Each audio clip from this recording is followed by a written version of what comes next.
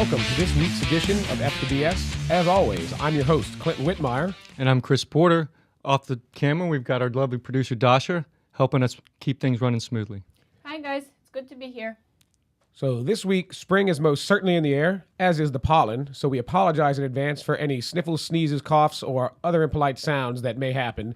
I can assure you we've worked very hard to get our voice back up in order to make this the best show as always for our loyal fans. And with this spring, that's our theme for this show. You can see our lovely Easter basket with goodies from the bunny. We're also going to talk about first, however, how to get the best deal on that spring break hotel, or maybe get a head start on the best prices for hotels on your summer vacation. And we'll show you how Google's latest partnership with Room 77 may change the way you book those plans in the future. And as I've already alluded to, the goodies from the Easter Bunny are going to be our second feature, where we go through 3 newly released spring beers for this new season. One of which happens to be a special one from the newest season of Game of Thrones that we're real excited to try. Everybody's favorite for sure. And last but not least is how people ask people to prom, Promposals. It's a new take on an old spring tradition. Stay tuned to the end of the show, too, to see if one of us can't score a date to prom. Looking forward to that. All right. Well, as promised, we want to teach you how to get the best deals online when you're trying to book a hotel. In order to do this, we've done an extensive test just for you. It took way too much time, but we did learn a lot in the process. And when we do this, we're going to compare a whole bunch of sites that you've probably heard of: Expedia, Booking.com, Google, TripAdvisor, Kayak, and Room 77. Now, if you've never heard of Room 77 before, and I hadn't heard of it before this week, Room 77 is actually a website that does what they call hotel meta searches, which is that they aggregate, similar to something like Kayak, they aggregate listings from lots of different sites, and they try to help find you the best deal. Right. And so the reason, if you're like me, you hadn't even heard about Room 77 until a week ago, and Chris alluded to this in the intro. Google signed a licensing agreement to use Room 77 software. It's sort of a strange deal because Google didn't acquire them, but they have the right to use the software, and a lot of Room 77's engineers are actually going to be working for Google now. And their office is 3 miles from Google, by the way, too, which I find interesting. So what we're going to do is we're going to go through and reveal some of the results of this search comparison we did, which is going to tell you who had the lowest prices. It's also going to tell you what some of the good features of each of these various products are. Okay. And then after that, when you see some of the features that they all bring to the table, we're going to talk about why we think Google may have made this partnership licensing agreement with Room 77. And I think when you see the features, you'll really see how it fits together and maybe what Google's strategy really is. Okay. So we have a great graphic for you to see, and kind of so you can visualize for yourself what we've done. So talk a little bit about the comparison test. We went through and booked hotels in 11 cities in North America, Europe, one in China, one in South America, in order for you to see who has the best prices on a bunch of different searches for different lengths of time, different dates, etc. Okay, so I'm looking at this graph right now, Whitty, and what you're showing me is that out of these 11, this first column here, out of these 11 cities is showing which site was able to show us the cheapest price of all the sites. Right, so in many cases, multiple sites would have the cheapest price, especially when you consider that Room 77, TripAdvisor, and Kayak often take prices from the other one. So if Booking.com had the cheapest price, which it did 5 out of 11 times, it may very well have been that same price via Booking.com was the price that showed up on Kayak, Room 77, and TripAdvisor. All right, so oftentimes, or in some cases at least, the sites all return the same results in terms of where you should buy your booking and right. What the price was. And, before we get into some of the details, I think what I want to tell you, you can look at this pretty clearly and see, hey, if you're looking for travel, don't waste your time going to Expedia or Booking.com. There's 2 reasons. One, they're not particularly easy to use. They have really bad search functionality. They're just clunkier user interface, so it's not user experience that's good for you, the consumer. But also, in the few cases where they do have the best prices, you're going to find them anyway on one of the other sources. So I would just go straight to Kayak, potentially Room 77, or TripAdvisor when looking to book, and don't worry about missing out on what Booking or Expedia have. Okay, so neither Expedia nor Booking were brought back any results that other people didn't also bring back. That's what correct. You're saying? That's correct. So We talk a little bit now about Kayak. What does Kayak bring to the table? Well, you see Kayak 10 out of 11 times brought back the same cheapest price as Room 77 did.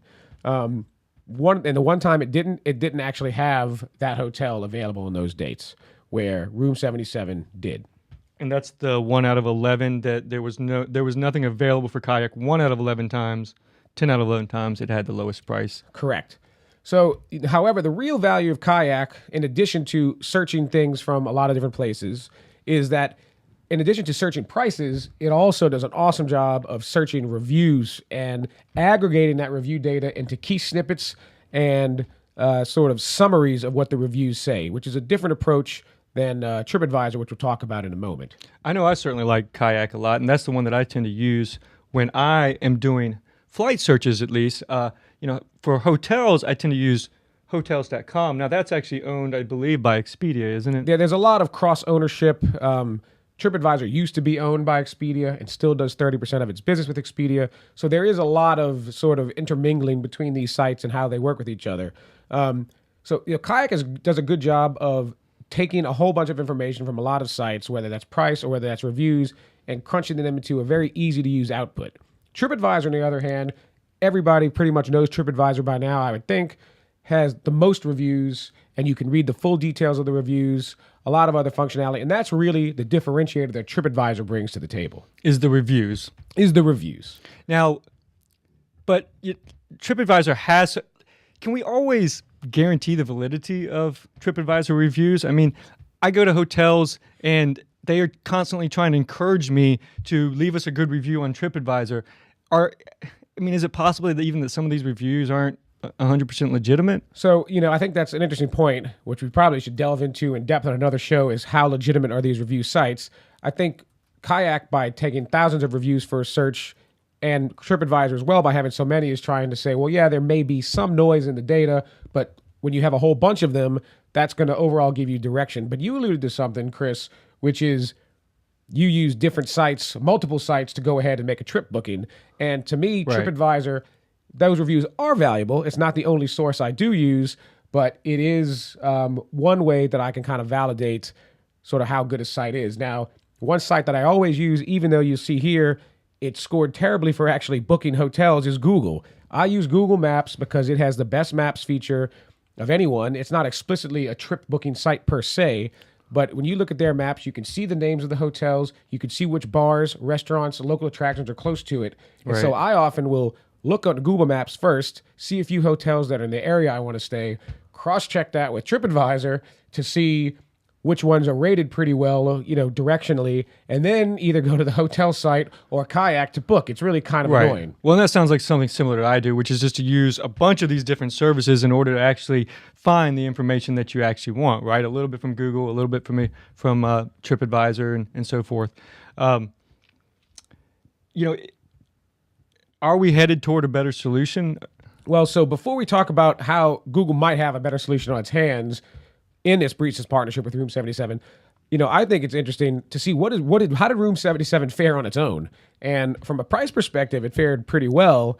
And I think this is what you see is pretty well. You're telling me 11 out of 11 of the searches that you did were both found on Room 77 and had the cheapest price.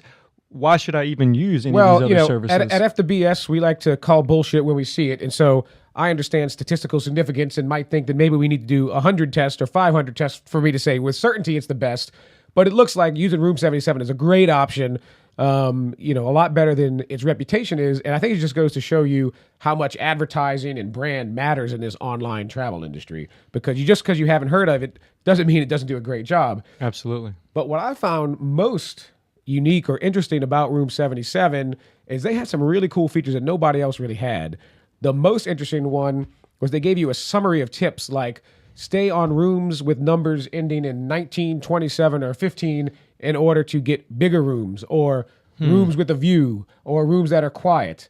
And these tips were room specific, and I thought really, really interesting. It's something that nobody else is bringing to the table as far as I'm aware.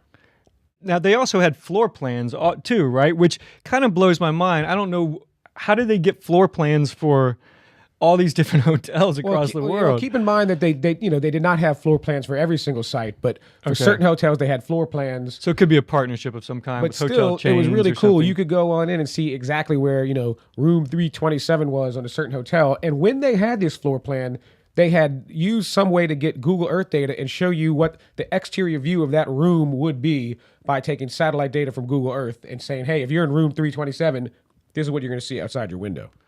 And the final thing I'll say, we don't want to really belabor it, but their search was a lot better. Not fully like a Google search is for a web search, but it was pretty good in terms of you could say, search for hotels with free breakfast. It kind of knew what that meant and would pull up the hotels with free breakfast. Similarly, not in all locations, but in some cities we searched, it had a really good grip of neighborhoods, not just kind of drawn on a map or zip codes, but actually the way locals would look at a place. They had some of the neighborhoods the way a local would call it. Not 100%, but when you consider that, it's better than what the other guys are doing. Okay, so what you're saying is that unlike some of the other sites, you could do a search for, like you said, London free Wi-Fi, and it would search across both the title of, the city location as well as the description of the hotel, as opposed to making you say, okay, I want hotels in London. Now I want to do a subsection of London hotels that offer free Wi-Fi, and making me go very granular. Instead, it just sort of let me type in freeform whatever I want. Right. So TripAdvisor and a lot of other results hotels will let you, after you search for the city, click on a box for neighborhood or something like that. But this actually allowed you to do it in a search. It works pretty well. It still got some kinks, but the fact that they're doing that is interesting.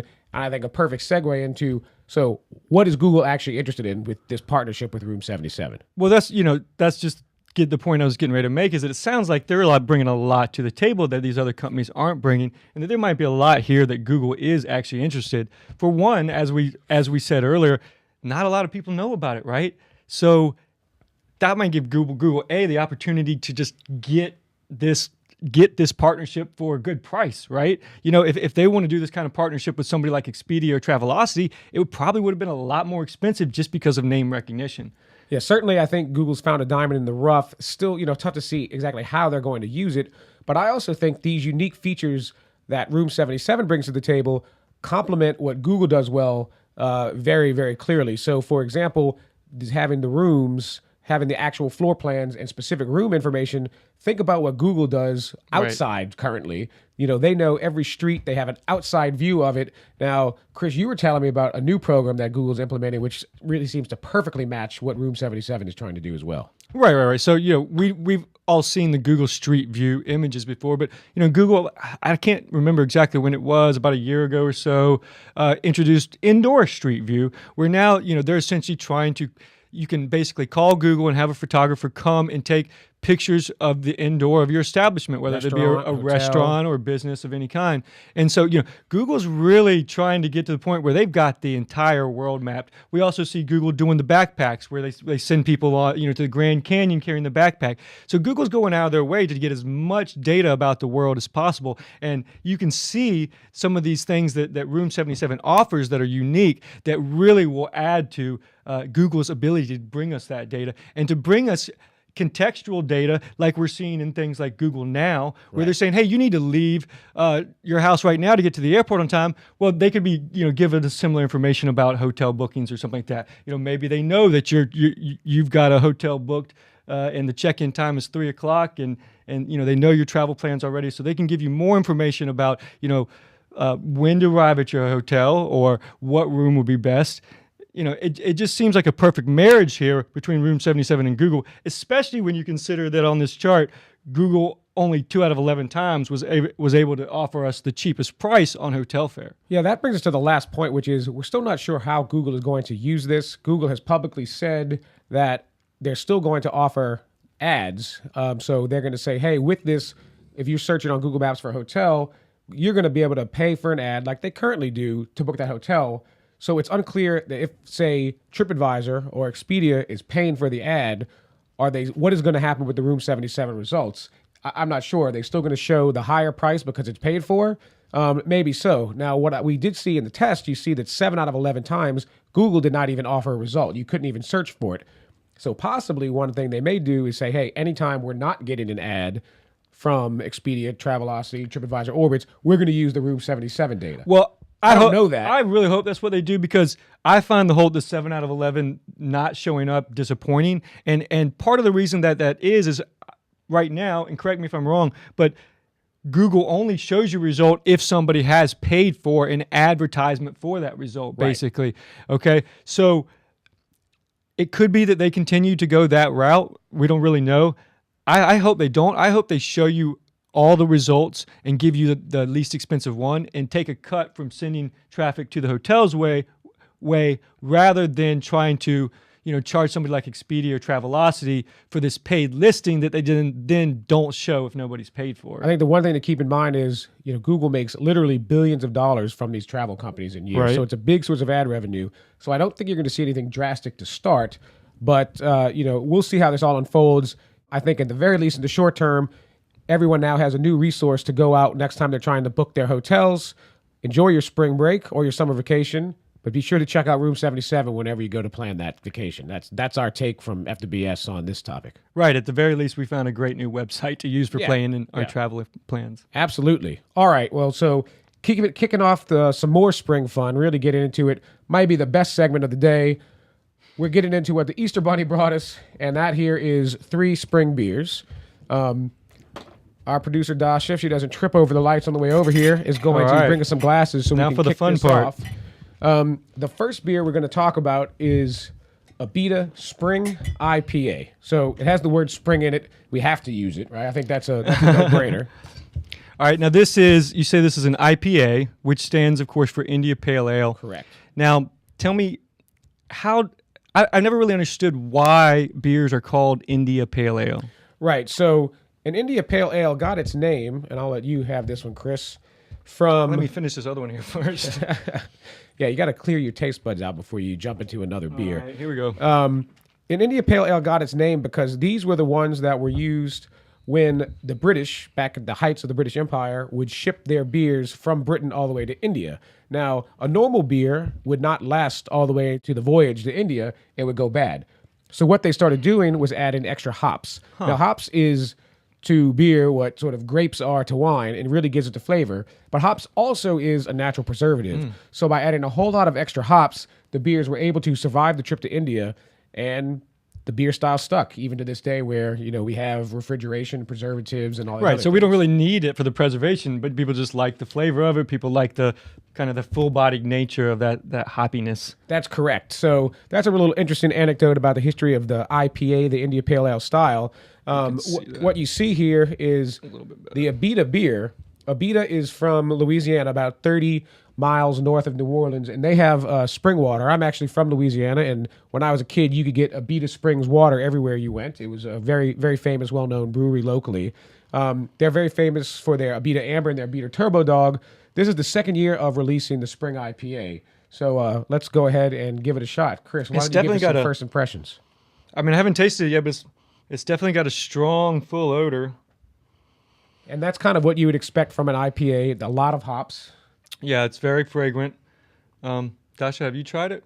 I haven't tried it yet, but again, the smell, I would say, reminds me of grass. And grass. If I'm sure everyone has done it before, cutting the grass at home. That's sort of the parallel that it brings. But nothing like a good grassy beer, that's for sure. For springtime, it sort of fits. And I can tell you, after I cut the grass, the beer from the fridge is the first thing I'm running for. And, I've just tasted it myself. And what I'll say is, while you do get a lot of hops up front, when you taste it, it's actually smoother, I find, than a lot of IPAs that are just over-the-top hops. This is actually, I find, a reasonably good balance for me. It is pretty smooth. I'll definitely give you that for having so many hops in it.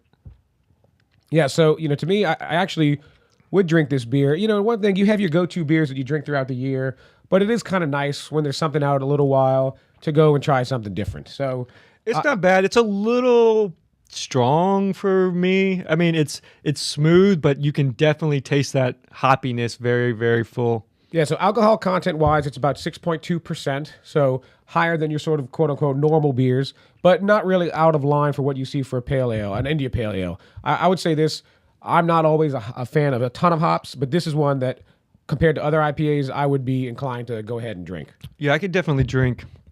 I think I could drink that for an entire evening, even. You know, it's not too strong that I could only drink one or two, in the way some of these beers may be. Now, 6.2%, that can really be a strong drink if you have too many of them. But talk about strong, we're shifting gears to, we're going to have our only Belgian beer of the day. So everything else is U.S. today. This is from a brewery called Het Anker, which means the anchor. It's an old-standing, long-running, multi-centuries-old Belgian beer. Now, what I really love is you've got the Easter Bunny on it, and you have some kind of horse and a king. I guess that's, religious reference of types. But this is the Easter beer from Het Anker, Belgian beer, 10.5%, quite strong. Now, Whitty, I hear a lot about Belgian beers nowadays. I've even seen Belgian bars. Do Belgian beers, is there a particular style to Belgian beers? I mean, why do I hear so much about Belgian beers? Just trying to get this open. You heard a nice pop, almost like a champagne.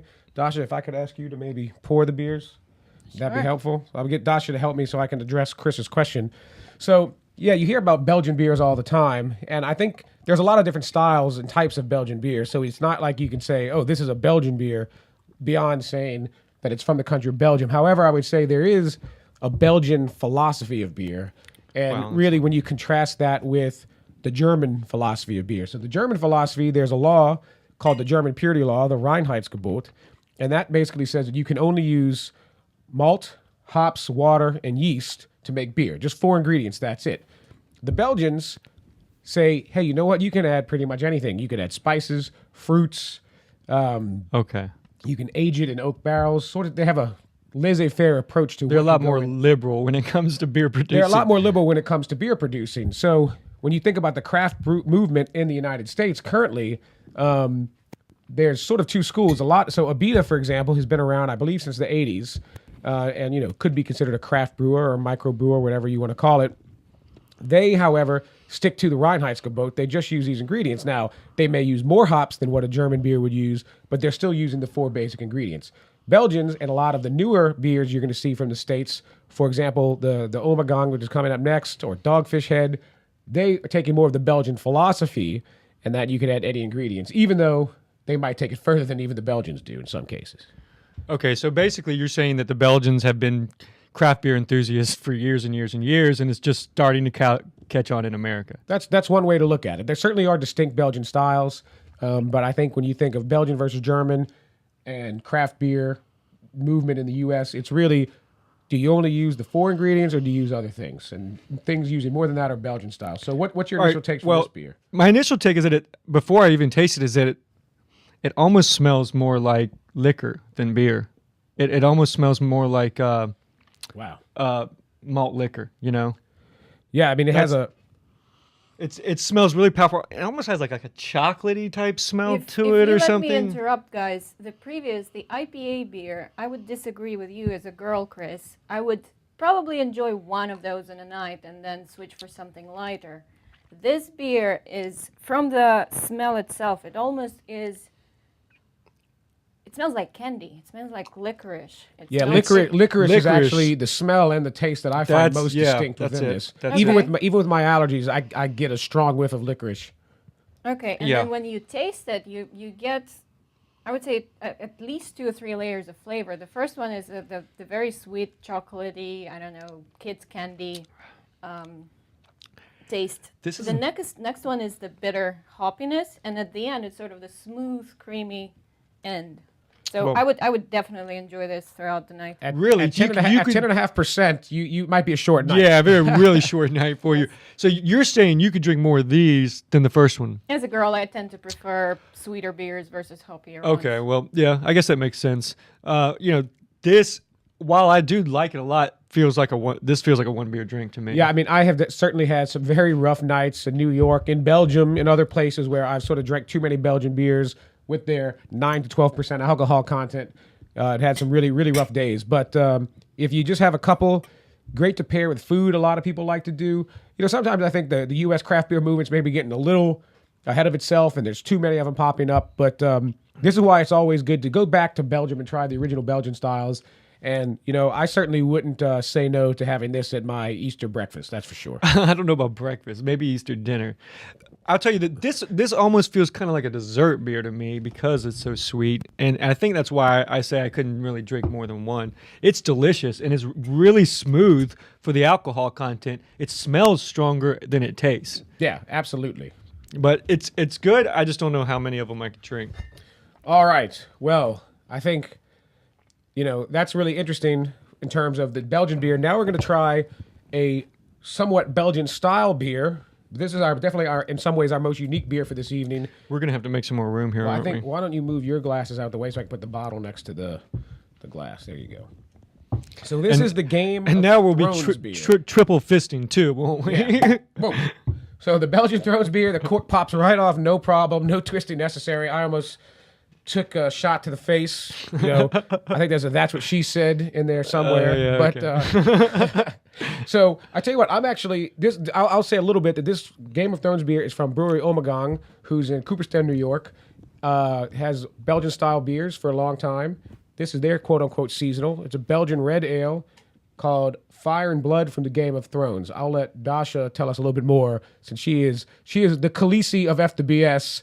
She'll let her be the Khaleesi of Game of Thrones beer. I won't say anything to being a Khaleesi. I love that.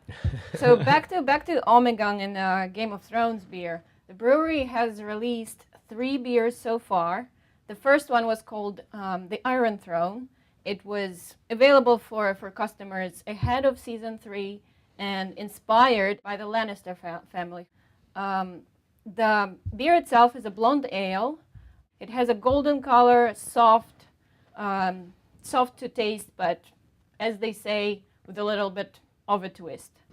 Now, the second one they released was post season 3, and that was Take a Black Stout, inspired by the Brotherhood of Night's Watch. As the name suggests, it is a darker beer, sort of flavored with chocolate, coffee, rich malty character, compared to Guinness. Now, the last one, the one that we're trying now, is the Fire and Blood, released ahead of season 4 and inspired by the Daenerys Targaryen, the Khaleesi. I should be really getting better at pronouncing this. Well, they're made up words anyway, so I think you can be forgiven. All right, thank you. The wonderful thing that I like about it is the label itself actually has 3 different artworks on it. It's the 3 dragons from the Game of Thrones. The brewery itself claims that if you order a case of those, you should be lucky enough to get all 3 of them. Or you can just go to the store and pay the high sticker price of about $9 to $10 a bottle, and So they're buy really- one of each. And they're really trying to make this more of a collector's item, right? Absolutely. There's people who are collecting the bottles, who are trying to get the older seasons, put them together. The older seasons are certainly harder to find because they didn't make as many of them because Game of Thrones wasn't as popular, I guess. The interesting thing is, I'm talking about the cases only. They're available in kegs as well. But the first release was 6,000 cases. Okay.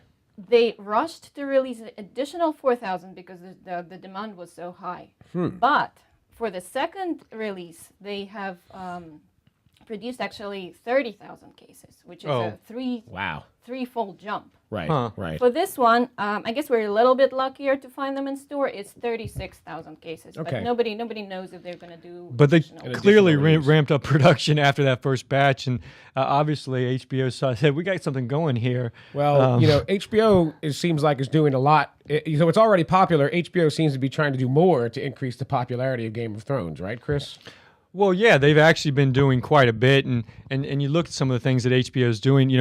They took episode 1 of the new season of Game of Thrones and made it free on the Xbox 360, and I think that's we see HBO doing things like that in addition to them saying share your password between friends.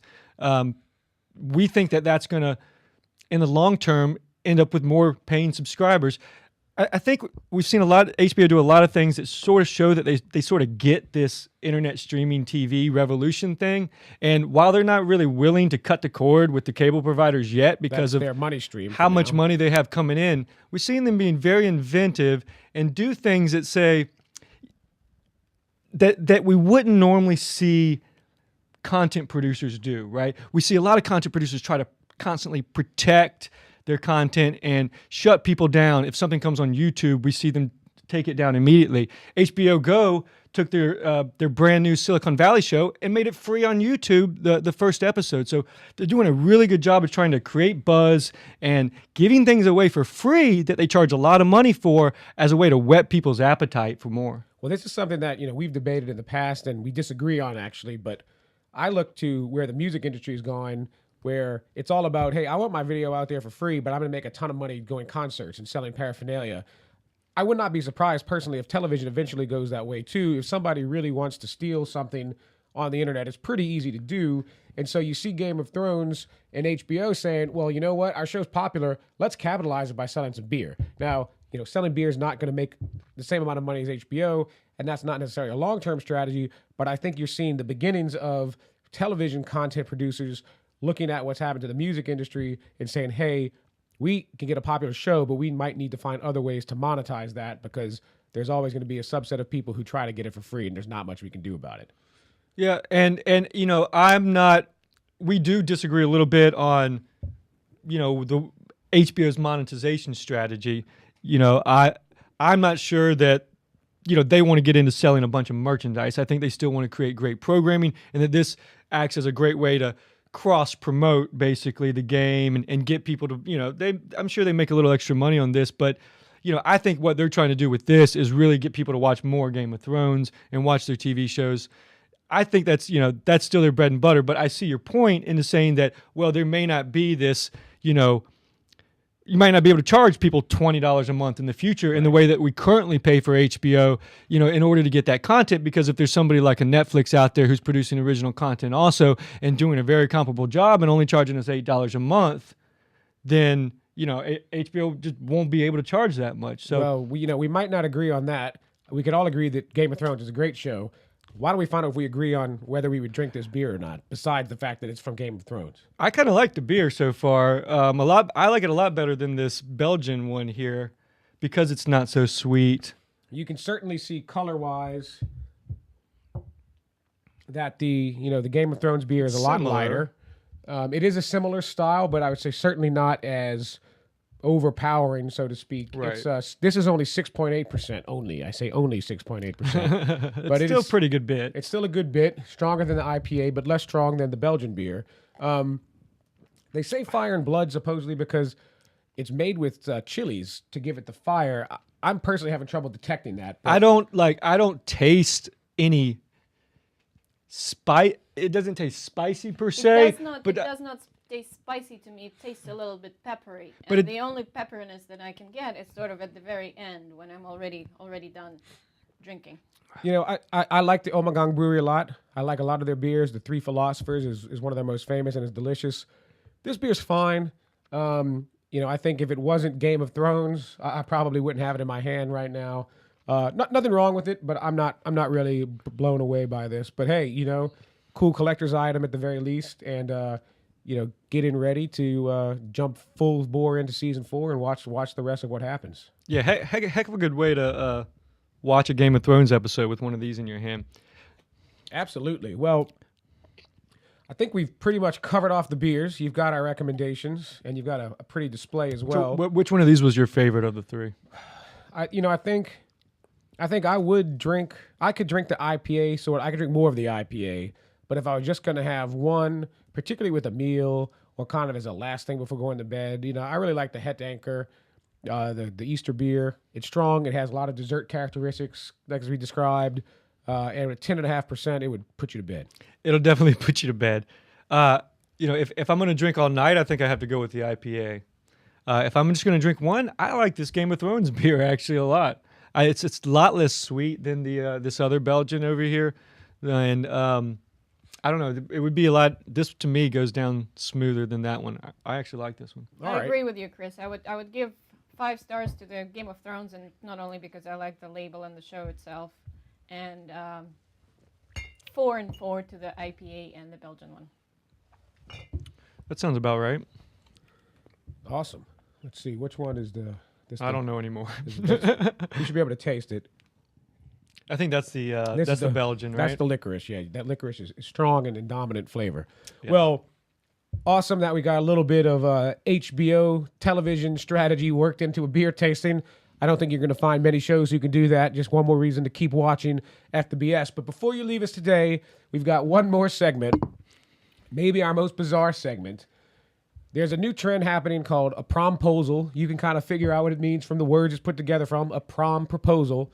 Now, if you're not a high school kid or a recent high school kid, and you're not the parent of one, you probably have never seen or heard of this. But it's a really interesting way that we're taking the old tradition of inviting someone to the prom, which always happens in the spring, but using what happens today. Now, I didn't know about it until earlier this week, and Chris sort of stumbled upon it. Why don't you tell me? Yeah. This is an interesting story, and I do a lot of audio video installations for people, and I was at one of my clients' house this week. And, as soon as I came in, she started telling me about prom and how exciting this weekend was because all of her kids are going to prom. And we started talking a little bit about it, and we started talking about how the kids ask each other nowadays. She's telling me about these promposal things. So I guess what happens nowadays is that if you're either a guy or a girl and you want to ask somebody to the prom, you can't just walk up to somebody and say, hey, I like you, will you go to the prom with me? And even if you're already boyfriend or girlfriend, that you could get in trouble. Basically, if you ask somebody in a normal way, just face to face, you're seen as a loser. So even if I already have a girlfriend and I shouldn't have to make a big production to go to prom, I would just be, oh, of course, it's understood we're going to prom. I guess it's sort of becoming like, a Valentine's Day, where if you don't get flowers on Valentine's Day, you're in trouble. So if you don't do a promposal, even to your current dating partner, you're in trouble. Is that what it seems like? Maybe that is the case. I don't know. But, basically what happens is, basically people create proposals for the prom.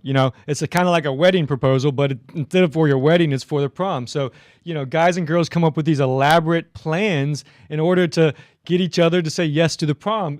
Like you said, even when they already know that they're going to go together. Yeah.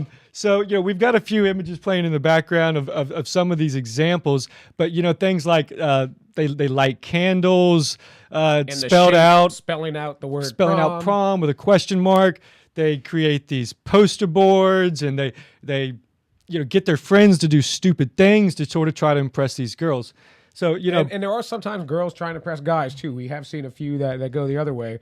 And while a lot of them are on Instagram or other social media, just as static photos, there are some people who go to great extents with crazy videos to sing songs or to have fountains go off. Go to a Bulls game was one we saw. So these things go to extremes. Is it ridiculous? Are kids today getting crazy? What do you think? I think it is kind of ridiculous. But at the same point in time, like, we live in a much different world, right, than we lived in when you and I were kids. Social media sites like Instagram are very popular, and the way that kids communicate today is much different than the way we communicated with people when we were in school. When we were in high school, the way that you communicated with a girl that you liked was either by talking to her during class or calling her up on the phone at night, right? And the only way really our communication methods were very vocal. Right? They were just speech back and forth. But today, kids have so many different tools, and we live in such a visual world where people are taking pictures that I think is just sort of, in some ways, a natural evolution. They're looking for clever, innovative ways because we live in such a visual world in order to, stand out from the pack. I know the answer to me, but what do you think would happen if you had done this when we were in high school? If you had asked a girl with some kind of poster board or candles and hearts to go to prom with you that way, what would have happened? I'm pretty sure you would have gotten your ass kicked.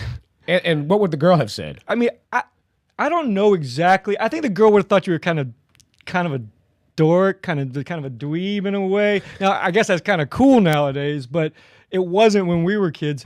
And, I think she would have kind of laughed and been a little bit embarrassed at the same point in time. But I think you would have gotten more flack from your buddies than even from the girl. Yeah, I don't think your buddies would have helped you by getting half naked like they do in some of these shows to write prom on their chests. I think your buddies would have beat you up or told you you're a loser. But in any case, I am curious. So since you didn't have a promposal at your disposal, that's a nice rhyme right there. How did you ask your date to prom? All right, so I actually went to prom 2 different years. Oh, wow, look at you. I went my junior year and my senior year. Now the first year I just ended up going with a friend, and Like it was a girlfriend, a female a friend. female friend, and it was one of these days, like 3 or 4 days before the prom. We were both talking about how we had no date, and I was like, well, why don't we just go together? A date of convenience. Now I the like it. second one was I really liked this girl, but I was afraid, and this is part of my point too. Is in some ways I wish I had grown up in this generation, because to me in some ways it would have been easier to create some presentation on some girl's car somewhere, that spelled out prom with a question mark, So than to basically- actually walk up and say, will you go to prom with me? So Because if you that had was committed an act of vandalism, that would have been way that better was way easier than just getting rejected in person. than, Yeah, I than hear getting you. rejected face to face. Exactly. But no, what happened to me was one of my teachers actually found out that I liked a girl, and this teacher was a teacher of that girl also. And he actually stopped class in the middle of class when he found out that I liked this girl. He went over to the other girl's class. Your teacher. My teacher stopped class. So your teacher is trying to play matchmaker? My teacher decided he was going to be a matchmaker. That's a exactly. pretty awesome And teacher. the truth is, I don't know if he had a conversation with his girl first, and she said something to him about me. I don't know, but he stopped class in the middle of class. He walked out.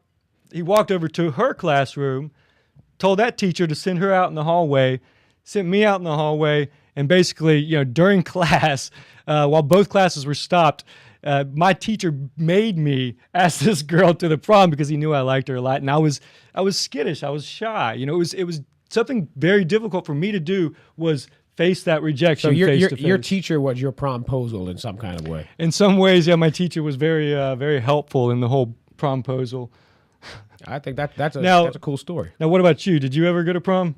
No, I can't say I went to prom. I went to an all guys school, so meeting girls was doubly difficult, I guess. Yeah, that doesn't sound like much fun. Not necessarily. So, I don't have a great prom story or promposal story, but all of this has definitely got me thinking, what did I miss out on? So I've actually tried to learn from this. At first, I have to admit, I thought this promposal stuff was ridiculous. And kids today, just like super sweet 16, getting over the top, needing too much attention. But the more I started thinking about it, maybe there's something to it. And I decided that I wanted to make up for that lost time and ask my one true love to prom. What? Makeup? I don't understand. You're in your 30s. How are you supposed to? I don't. Well, I haven't really figured out the going to prom part, but you can still ask somebody to prom. And no, I did not go ask any high school girls. I just want to be clear well, on let's that. just be clear. Yeah, I just want to be clear on that. I'm not like trying to go crash a high school girls' prom or anything like that. No, but my one true love is someone that I've loved for about 20 years now. Ever since I went to university. Wait, Do you think you Did I- know who it might be? I was going to say Dasha, but I was you haven't gonna known say her the 20 dog, years. but he's not nearly 20 years old. Yeah, it's not the dog. Yeah, I haven't known the dog that long. Well, it's kind of a surprise. I'll have to show you. I went out of my way to show you. I guess, Chris, what do we do almost every Saturday in the fall? Drink beer. But where are we drinking beer? Either here or at Williams-Brice. Williams-Brice, exactly. You're getting warmer. So Williams-Brice is the stadium for the South Carolina Gamecocks.